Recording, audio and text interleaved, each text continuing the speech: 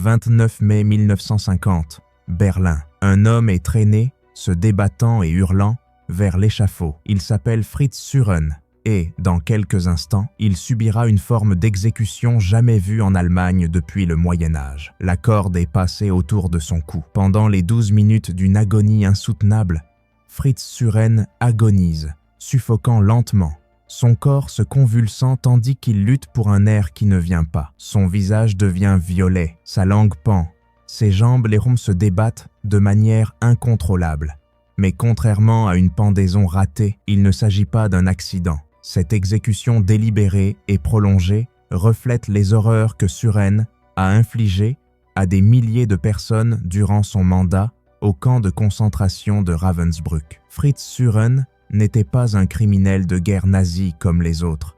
Il était le commandant de Ravensbrück, un camp où environ 132 000 femmes et enfants furent emprisonnés et où l'on estime que 92 000 personnes périrent. Il a supervisé des expériences médicales brutales, ordonné personnellement l'exécution d'enfants et s'est forgé une réputation de cruauté si extrême que même certains officiers SS le trouvaient inquiétant. Avant de plonger dans les recoins les plus sombres de l'histoire, assurez-vous d'être abonné à Les secrets de la Seconde Guerre mondiale et activez les notifications car ce que vous allez entendre remettra en question tout ce que vous croyez savoir sur la justice, la vengeance et la nature humaine. 10 juin 1908, un petit garçon naît dans la petite ville allemande de Varel, Fritz Suren. Ses parents sont des Allemands ordinaires, issus de la classe ouvrière. Son père, boulanger, peine à faire vivre sa boutique, tandis que sa mère s'occupe de leur modeste foyer. Fritz grandit comme un enfant sans histoire, sans que rien ne laisse présager le personnage sadique qu'il deviendra. Mais l'histoire peut transformer des hommes ordinaires en monstres. Après la Première Guerre mondiale, l'Allemagne est écrasée par le traité de Versailles. La pauvreté, l'humiliation et la colère nationale marquent la jeunesse de Fritz. L'hyperinflation détruisit la boulangerie de son père et Fritz fut témoin des difficultés de sa famille à survivre. On nourrissait la jeunesse allemande de récits de grandeur passée, alors même que leur pays était en ruine. Durant son adolescence, Fritz enchaîna les petits boulots, une vie insignifiante et amère. En 1928, à 20 ans, il trouva l'exutoire qui allait marquer son existence. Il rejoignit la SS, la force paramilitaire d'élite d'Hitler. Il ne s'agissait pas d'un engagement obligatoire. Fritz était volontaire et recherchait activement à intégrer ce qui allait devenir l'une des organisations les plus meurtrières de l'histoire. La SS promettait pouvoir, un but et la possibilité d'échapper à la faiblesse. Pour un homme qui se sentait impuissant et humilié, cette perspective était enivrante. Fritz excellait dans la violence, participant aux combats de rue brutaux qui marquèrent pour l'ascension des nazis au pouvoir. En 1934, il prit part à la nuit des longs couteaux, exécutant sans hésitation d'anciens alliés, une démonstration glaçante de loyauté et de désengagement moral. En 1939, la SS établit le camp de concentration de Ravensbrück, destiné principalement aux femmes. En 1940, Fritz Suren y arriva comme officier administratif avant d'en devenir le commandant. Pour la première fois, il exerça un pouvoir absolu sur des milliers de prisonniers sans défense, prisonniers politiques, témoins de Jéhovah, femmes jugées asociales, juifs, résistants polonais et prisonniers de guerre soviétiques. Les survivants le décrivirent plus tard comme froid, méthodique et totalement dépourvu d'empathie. Les prisonniers étaient contraints au travail forcé pendant 12 à 14 heures par jour. Les rations alimentaires étaient volontairement insuffisantes, provoquant une lente inanition. Les détenus étaient rasés, désinfectés et classés par des triangles de couleurs, un système conçu pour les monter les unes contre les autres. Les expériences médicales étaient une caractéristique marquante de la cruauté de Suren. Le docteur Karl Gebhardt,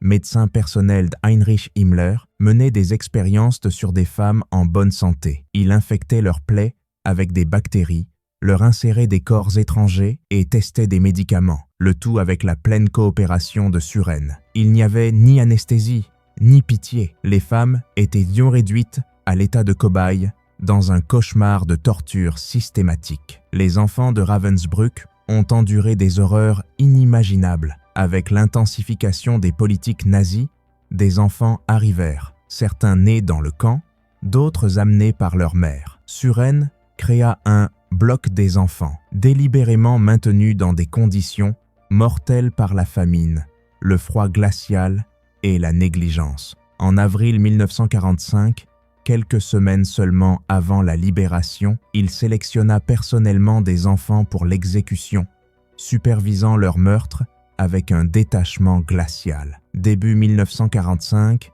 l'armée rouge approcha de Ravensbrück. Suresnes se trouva face à un choix, rester et affronter la justice ou fuir. Il choisit la survie. Il supervisa les marches de la mort, forçant les prisonniers à marcher sans eau ni nourriture, abattant ceux qui traînaient et tentant de détruire les preuves dans les crématoires. Le 30 avril, les forces soviétiques libérèrent le camp et y découvrirent 3500 survivants émaciés. Le terrain était jonché de cadavres. Suresnes avait disparu. Pendant 4 ans, Fritz Suresnes demeura un fugitif, utilisant de faux papiers, changeant constamment de lieu de résidence et comptant sur des sympathisants, il échappa à la capture. Mais les témoignages des survivants et une enquête minutieuse permirent son arrestation en Bavière par la police militaire américaine en mai 1949. Les tentatives pour minimiser ces crimes échouèrent. Les femmes ayant survécu à Ravensbrück témoignèrent en détail de sa cruauté, notamment de son rôle dans des expériences médicales et des exécutions d'enfants. Suresnes fut jugé par un tribunal militaire français à Rastatt, en Allemagne. Les preuves étaient accablantes. Son autorisation d'expérimentation médicale, son implication directe dans des exécutions et sa supervision des marches de la mort. Les survivants témoignèrent avec des détails insoutenables, décrivant la terreur et les souffrances qu'il avait orchestrées. Le 3 mars 1950, il fut condamné à mort par pendaison. Suresnes resta froid et impassible, insistant sur le fait qu'il n'avait fait qu'obéir aux ordres. Lors de la première tentative, la trappe de l'échafaud dysfonctionna. Suresnes, préparé à mourir, fut ramené dans sa cellule. Le supplice psychologique de ce délai fut immense. Des rumeurs évoquaient un sabotage, peut-être de la part de ceux qui avaient perdu des proches à Ravensbrück. Mais les rapports officiels conclurent à une panne mécanique. 17 jours plus tard, l'exécution fut reprogrammée. À l'aube, à la prison de Rastatt, Fritz Suresnes, pâle et renfermé, fut conduit à l'échafaud. Le nœud coulant fut placé autour de son cou. Lorsque la trappe s'ouvrit, il ne mourut pas sur le coup. La corde se resserra autour de sa gorge et il se convulsa violemment, luttant pour respirer. Pendant 12 minutes d'agonie, il resta suspendu, suffoquant lentement. Les témoins, parmi lesquels des survivants de Ravensbrück, réagirent avec un mélange complexe d'horreur, de soulagement et de solennité. Certains y virent une forme de justice, d'autres craignirent que ce spectacle n'ait dégradé l'humanité même. Le personnel médical consigna l'exécution. L'explication officielle évoqua un accident, mais beaucoup pensaient que le bourreau avait délibérément orchestré une agonie prolongée en guise de châtiment. L'exécution de Fritz Suresnes met en lumière la tension entre justice et vengeance. Une mort lente peut-elle jamais compenser des années de meurtre et de torture? Certains survivants éprouvèrent un soulagement amer. D'autres furent troublés par la satisfaction qu'ils pouvaient donc tirer de son agonie. Philosophes, historiens et juristes continuent de débattre pour savoir si sa longue exécution servait la justice ou la vengeance. D'autres fonctionnaires de Ravensbrück furent exécutés par pendaison, une procédure classique, et moururent rapidement. Le cas de Suresnes demeure unique, soulevant des questions fondamentales sur la proportionnalité, l'éthique et le désir humain de justice face à la vengeance. Fritz Suresnes n'est pas né monstre. C'est la conjonction de facteurs historiques et de choix personnels qui l'ont transformée en telle.